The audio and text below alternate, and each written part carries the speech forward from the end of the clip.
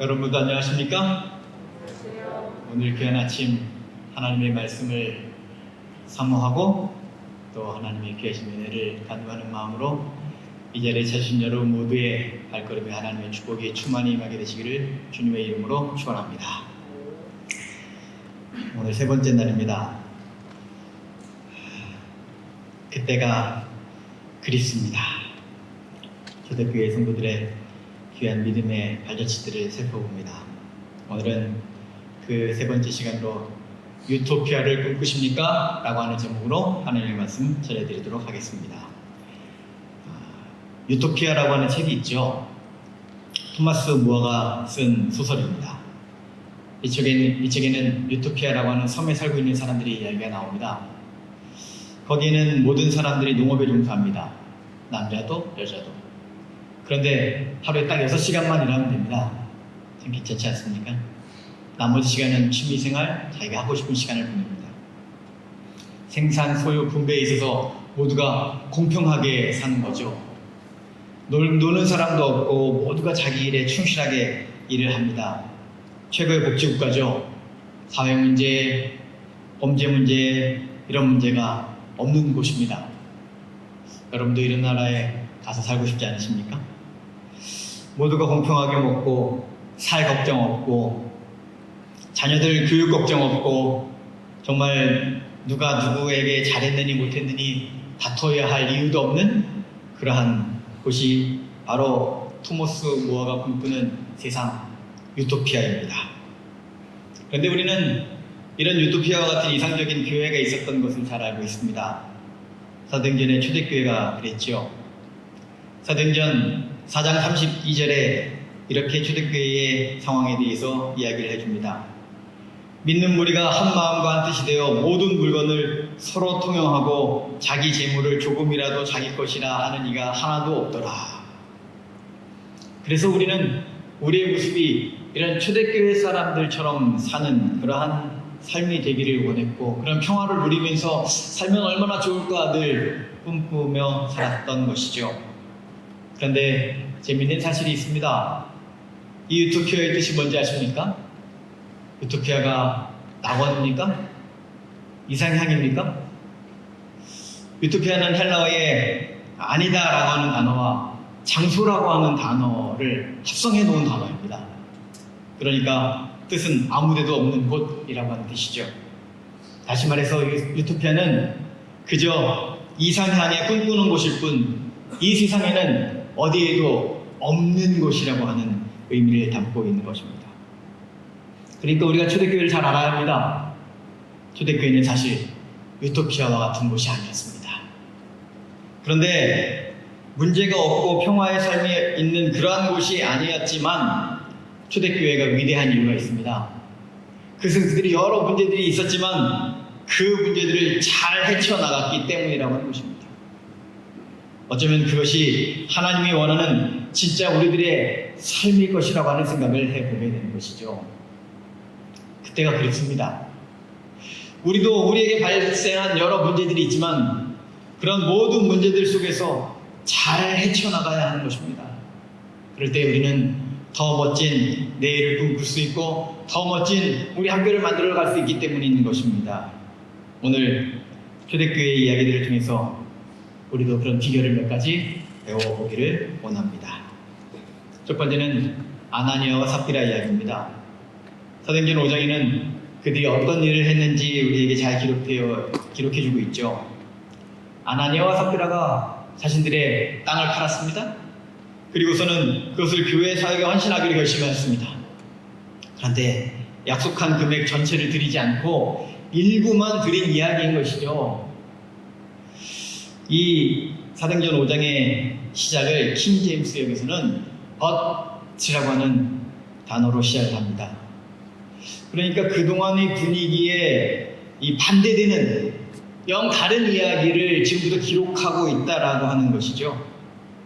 초대교회 성도들이 서로를 아껴주고 돌보고 사랑으로 똘똘 뭉친 그런 행복한 교회로 성장하고 있었습니다. 하루에 3,000명, 5,000명, 수만 명씩 회개하고 돌아오는 것이죠. 그런데 생각해 보십시오.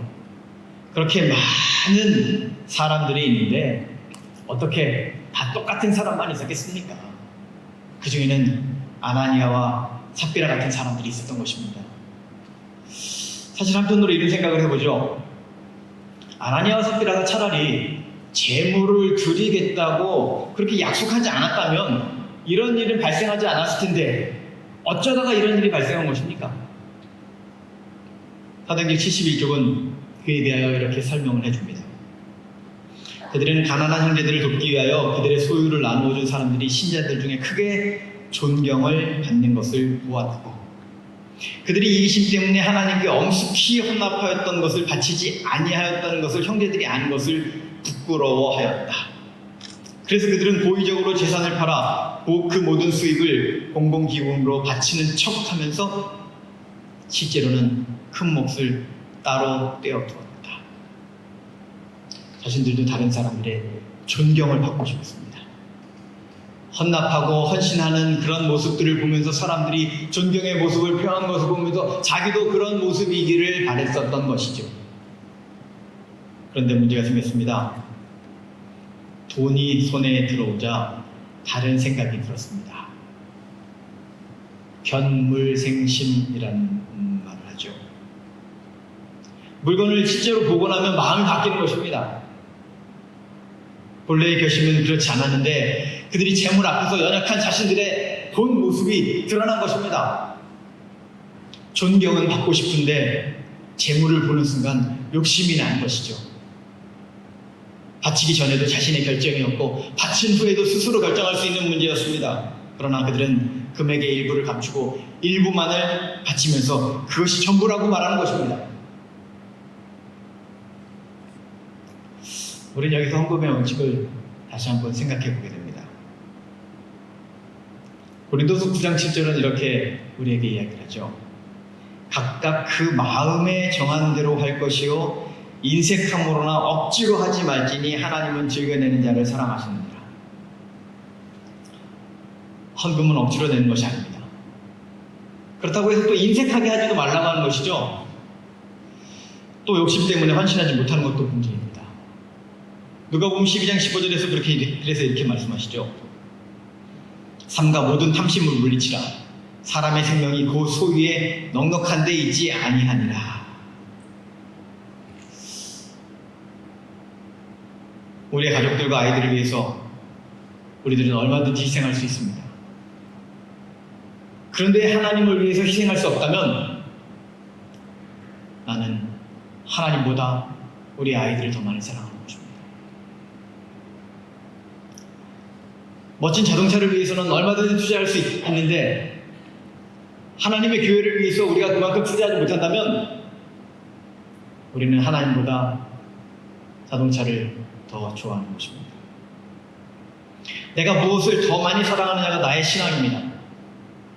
내가 무엇을 위하여 사느냐가 나의 믿음인 것입니다. 우리는 오늘 무엇을 위하여 어디로 달려가는 삶을 살아가고 있습니까?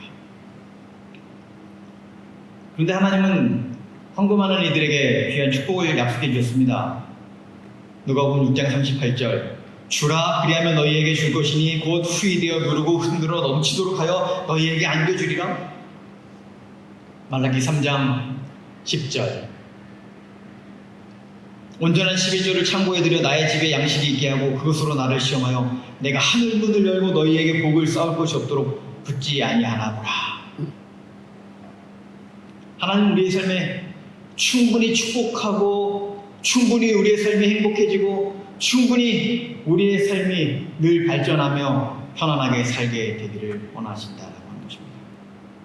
우리가 그것을 기억할 때에 우리는 하나님께 헌신하며 살 수 있는 것이죠.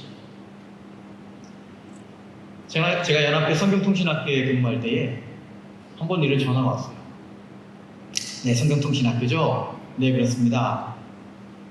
제가 예전에 성경통신학교 어떤 목사님이 오셔서 통신학교의 사업에 관한 권면을 하시고 헌금 서약을 받았는데 제가 그 시절에 5만 원을 헌금을 작정을 했는데 벌써 그게 20년 전이네요. 얼마 전에 저희 아버지랑 함께 이야기를 하다 보니까 벌써 그 옛날의 일이었는데 내가 5만 원 작정한 그 헌금을 드리지 못한 얘기를 하니까 저희 아버지도 똑같은 말씀을 하시더라고요. 저희 아버지도 5만 원을 작정하셨더라고요. 저희가 헌금을 드리려고 하는데 가만히 생각해보니 5만 원을 드릴 수는 없고 뭐 한 20년 지났는데 제 생각에 한 50만 원 될 것 같네요. 아버지 거랑 합쳐서 100만 원을 보내드리겠습니다.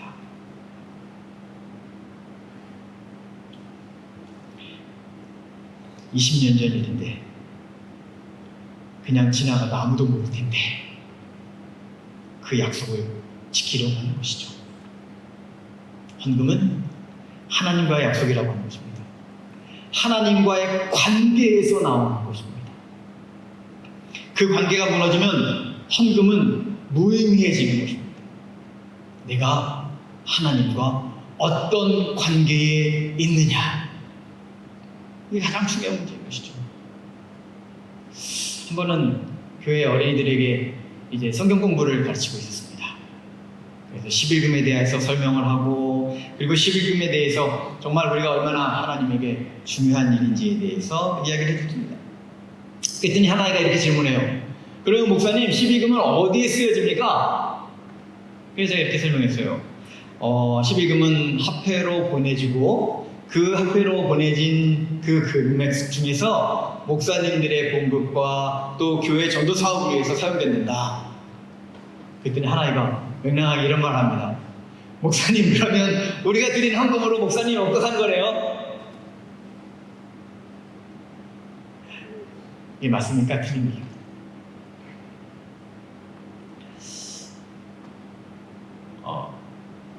표면적으로는 맞습니다.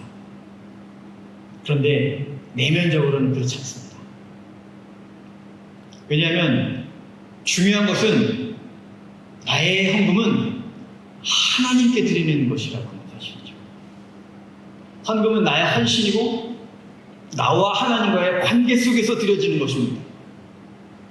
그것은 하나님의 축복에 대한 감사이고 하나님의 사랑에 대한 표시인 것입니다.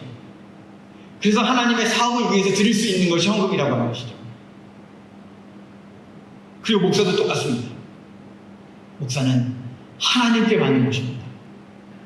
하나님의 부르심과 하나님의 축복과 하나님의 은혜에 감사해서 그것이 너무너무 좋아서 하나님의 교회를 돌보고 하나님의 성도들을 위하여 자신의 삶을 바치는 것, 이것이 목사의 삶이라고 하는 것이죠. 먹고 살기 위해서 교회를 한다? 절대로 그래서는 안 되는 것입니다. 그저 하나님과의 관계 속에서 이루어지는 것이 바로 헌금제도인 것이죠. 이 하나님과의 관계가 쏙 빠지고 나면 헌금은 정말 이상해지는 것입니다. 우리는 얼마나 깊이 하나님과 연결되어서 삶을 살아갑니까? 우리는 얼마나 뜨겁게 하나님을 사랑하면서 살아가고 있습니까? 우리는 얼마나 열성적으로 하나님을 위하여 헌신할 수 있습니까? 우리가 얼마나 깊이 하나님과 연결되었느냐가 그것을 판가름한다라고 하는 사실입니다.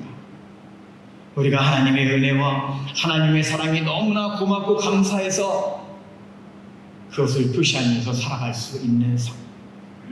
하나님의 은혜가 내 삶에 늘 축복이기에 그것이 너무나 고마워서 행복에 겨워 하나님을 위하여 살아갈 수 있는 삶. 그 삶이 저와 여러분의 삶이어야 하는 것입니다. 그런데 아나니아와 삽비라가 그렇게 못했습니다. 9절에 보면 베드로가 이르되 너희가 어찌 함께 꾀하여 주의 영을 시험하려 하느냐. 성령을 시험하는 일이었습니다. 부부의 마음이 딱 맞았습니다. 좋은 일로 부부의 마음이 합하여져서 긍정적으로 나아가야 했음에도 불구하고 그들은 나쁜 쪽으로 척척 맞는 참 안타까운 부부였습니다. 사도행전 72쪽은 똑같은 말을 합니다.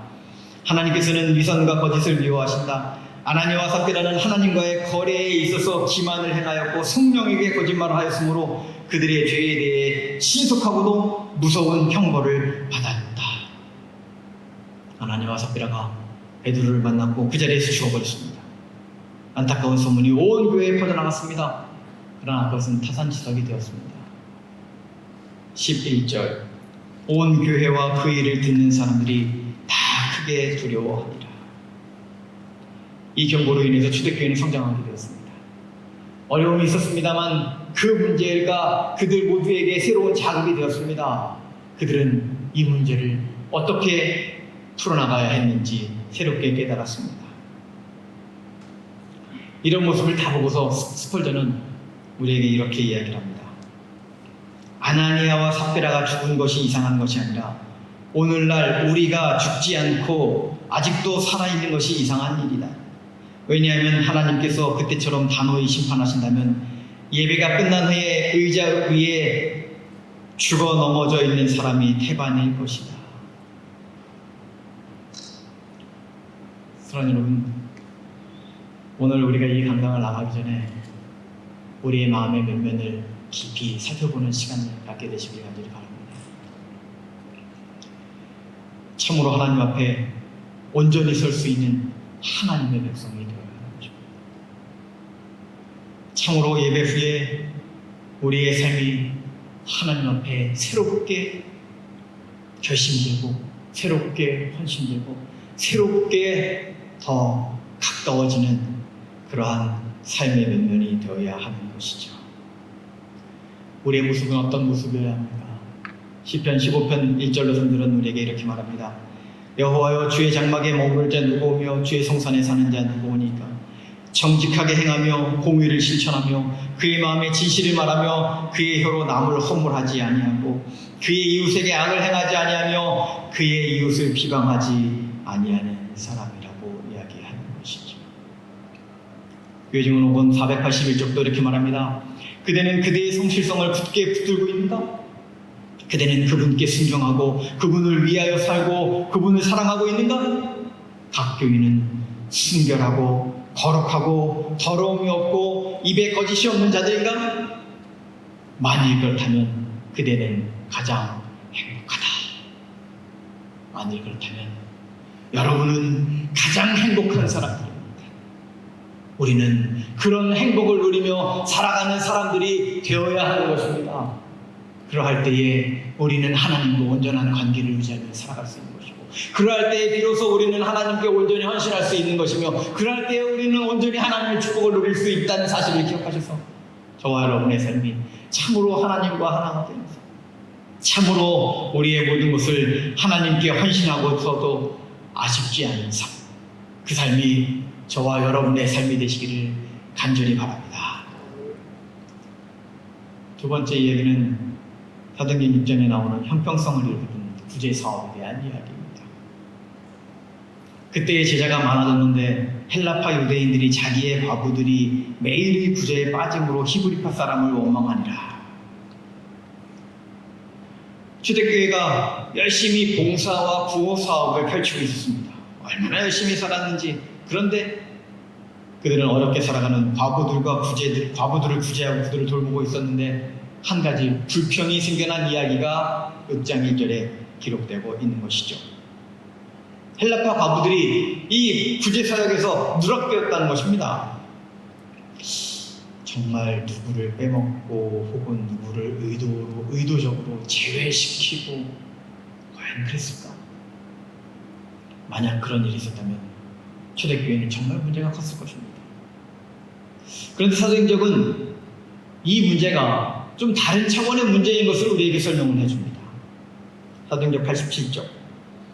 원수는 믿음의 형제들을 질투하고 그들의 영적 지도자들의 과오를 찾는 습관을 가졌던 어떤 사람들을 의심하게 하는데 성공하였다.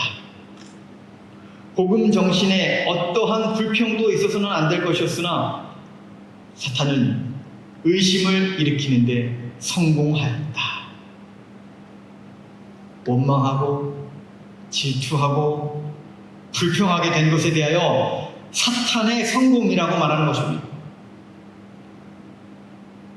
그러니까 불평등한 분배의 문제가 아니라 그로 인해서 촉발된 불평과 원망이 더 심각한 문제라고 하는 것을 우리에게 인지시켜주는 거죠. 어디서든지 가장 어려운 것이 바로 이런 문제입니다. 무슨 일을 하다 보면 누구든지 실수를 할 수가 있습니다. 그런데 그 실수를 용납하지 못하는 것, 그것으로 인해서 분란이 생겨나고 그들의 마음이 갈기갈기 찢어지는 것, 이것이 사탄이 가장 기뻐하는 일이라고 이야기하는 것이죠.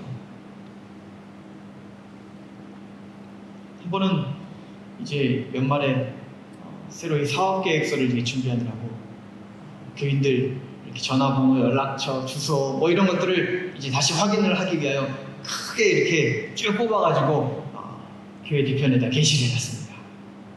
그리고 얘기를 했어요. 말씀드렸습니다. 여러분 이제 예배 마치고 나면 자기 인적사항 확인하셔서 혹 틀린 거 있는지 좀 확인을 좀 해달라고 부탁을 드렸어요. 예배가 마친 후에 잠시 후에 이렇게 어떤 집사님이 막 오더니 목사님 큰일 났어요. 빨리 밖에 좀 나가보세요. 이래요. 그래서 나가봤더니 붙여놓은 게시판에 자기 이름을 이렇게 쓰려고 처음에 그랬던 것 같아요. 김땡땡. 그러더니 볼펜으로 갖다가 팍 지워놨어요. 그래서 그 집사님이 왜 이렇게 되셨을까 싶어갖고 막 가봤더니 딱 하시는 말씀이, 목사님 어떻게 일을 이렇게 하십니까? 어떻게 제 이름을 빼뜨려 놓을 수가 있어요?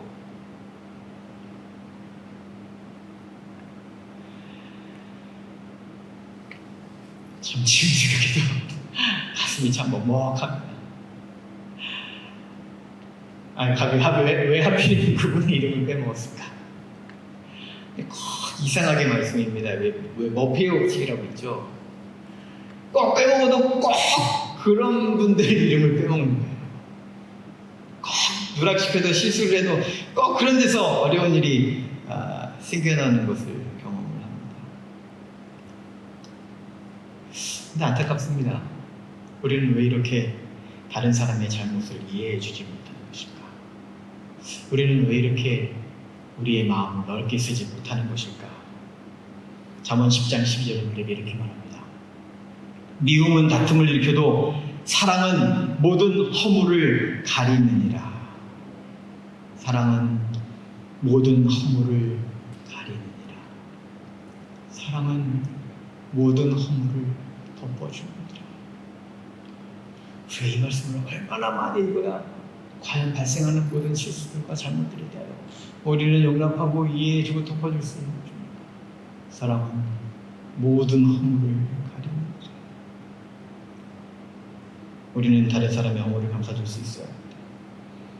그렇게 할 때에 누구든지 자신의 최선을 다해서 일을 할 수 있는 것입니다. 실수할까봐 두려워서 아무것도 못한다면 우리는 맨날 그 자리에 그렇게 있는 것이고, 우리의 일은 맨날 거기서 발전할 수 없는 것이고, 우리 학교는 도대체 더 이상 앞으로 나아갈 수 없는 것입니다.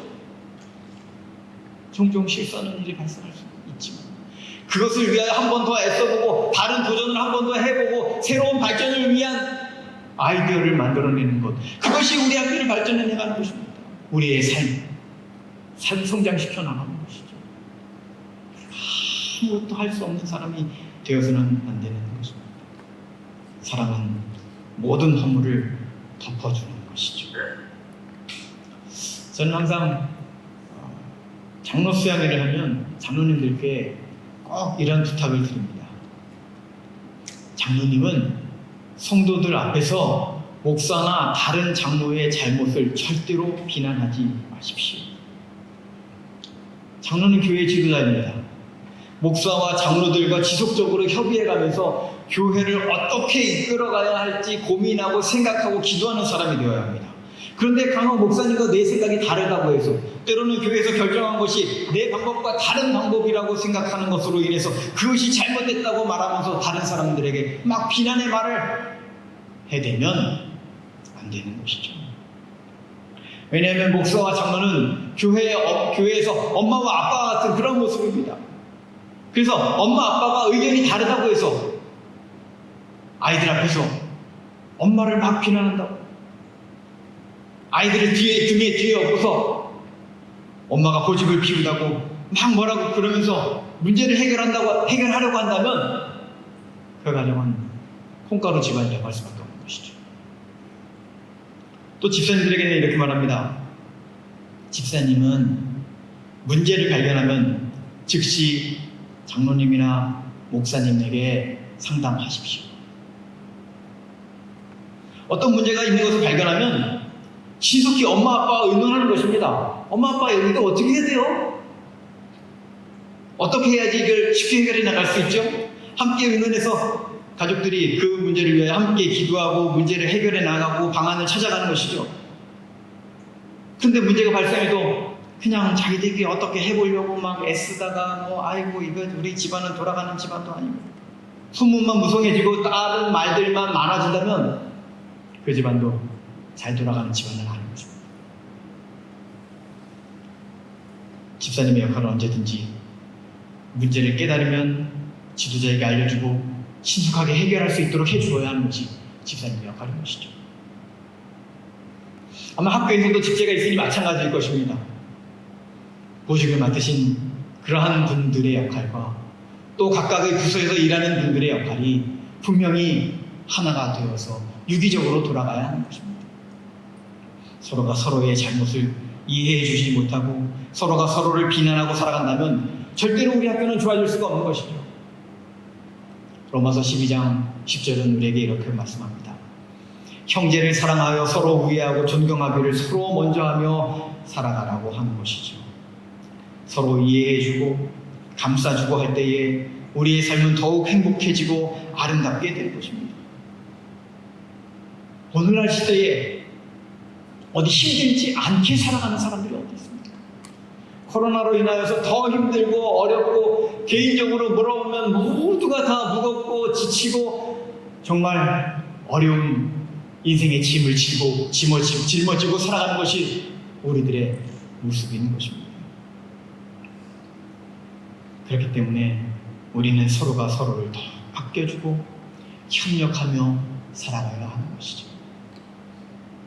세상의 사람들은 다 그렇지 않다 할지라도 우리의 학교는 세상의 학교들과 뭔가 다르고 우리 학교 직원들은 뭔가 특별한, 그래서 이 세상에서 아무도 얻을 수 없는 그러한 따뜻한 사랑의 그러한 동료들, 서로 존경하고 서로 협력하며 서로를 아껴주는 그러한 교직원들이 될 때에 우리 학교는 이 세상에서 가장 행복한 학교가 될 수 있다는 사실을 기억하셔서 형제를 사랑하며 서로 우애하고 존경하기를 서로 먼저 하는 우리 모든 교직원들이 되시기를 간절히 소망합니다. 우리는 그렇게 살아야 하는 것이죠. 우리의 삶에 어려운 일들이 종종 발생할 수 있습니다.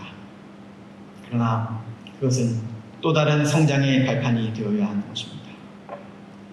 영국의 평론가이자 역사학자인 토마스 칼리알은 그의 역작 프랑스 혁명사를 썼습니다. 그런데 그가 몇 년 동안 노력하고 애써서 겨우겨우 그 원고를 다 완성했을 때에 친한 친구에게 그 원고의 탈고를 부탁했습니다. 그런데 한쪽에 이렇게 쌓아놓은 그 원고를 하녀가 청소를 하다가 이게 도대체 어디에 쓸 수 있는 건가 몰라서 그만 다 불에 태워버리고 말았습니다. 오랜 노력이 한순간에 잿더미가 되어버렸다는 소리에 칼라일은 시름에 빠졌고 우울한 날들이 계속되었습니다. 그러던 어느 날 산책을 하다가 한 벽돌공이 벽돌을 차곡차곡 쌓는 것을 보았습니다. 언제 다 쌓아야 할지 모를 그 높은 벽체를 그저 벽돌 한 장 한 장을 차분하게 쌓아 올리고 있는 것입니다. 그러던 사이에 하루하루 벽체는 높아져 가고 결국 그 벽은 다 쌓아져 가는 것을 보았던 것입니다. 그리고 자기도 새롭게 결심을 하였습니다.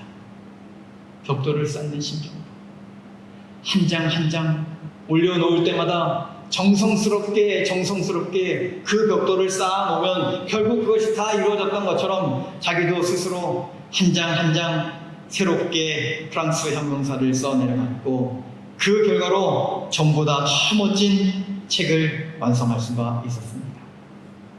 그리고는 다음과 같은 명언을 남겼습니다. 길을 걷다 돌을 보면 약자는 그것을 걸림돌이라고 말하고 강자는 그것을 디딤돌이라고 한다. 우리가 삶을 살아가면서 어떤 문제들에 봉착할 때가 있습니다. 그러나 내 마음가짐이 어떠하느냐에 따라 그 결과는 확연히 달라지는 것이죠. 우리의 삶에 여러 상황들이 발생합니다. 그러나 그것이 걸림돌인지 디딤돌인지 그것은 나에게 달려있음을 우리는 잊지 말아야 하는 것입니다. 우리는 삶을 살면서 때로는 크고 작은 상처를 받습니다. 그런데 그 상처는 계속 건들면 덧나기 마련입니다. 메디폼이라는 게 있죠. 상처 위에 살짝 붙여두면 일주일 정도 지나면 감쪽같이 상처가 낫는 것입니다. 상처는 계속해서 건드는 것이 아니라 가만히 감싸줘야 하는 것이죠. 사람과 사람 사이의 관계 속에서도 우리는 상처를 받습니다. 그런 상처는 더더욱이 따뜻하게 감싸줘야 하는 것입니다. 그래야 흉지지 않고 잘 아무는 것이죠. 목사에게 보내는 것만 15쪽은 이런 말씀을 합니다. 그리스도의 교회는 비록 연약하고 약점이 있을지라도 지상에서 그분이 최고의 관심을 쏟으시는 유일한 대상이라고 증거할 수 있다. 하나님께서는 교회 성도들에게 가장 관심이 많으십니다. 하나님께서는 우리의 삶에 최고의 관심을 쏟으시고 있다라고 하는 사실을 우리는 잊어서는 안 되는 것이죠. 초대교회는 옥의 치와 같은 것들이 있었습니다. 그러나 그것 때문에 좌절하지 않았습니다. 그들은 또다시 일어났고 그것을 승리로 이끌어내었다는 사실입니다. 유토피아, 그것은 이 세상에 존재하지 않습니다.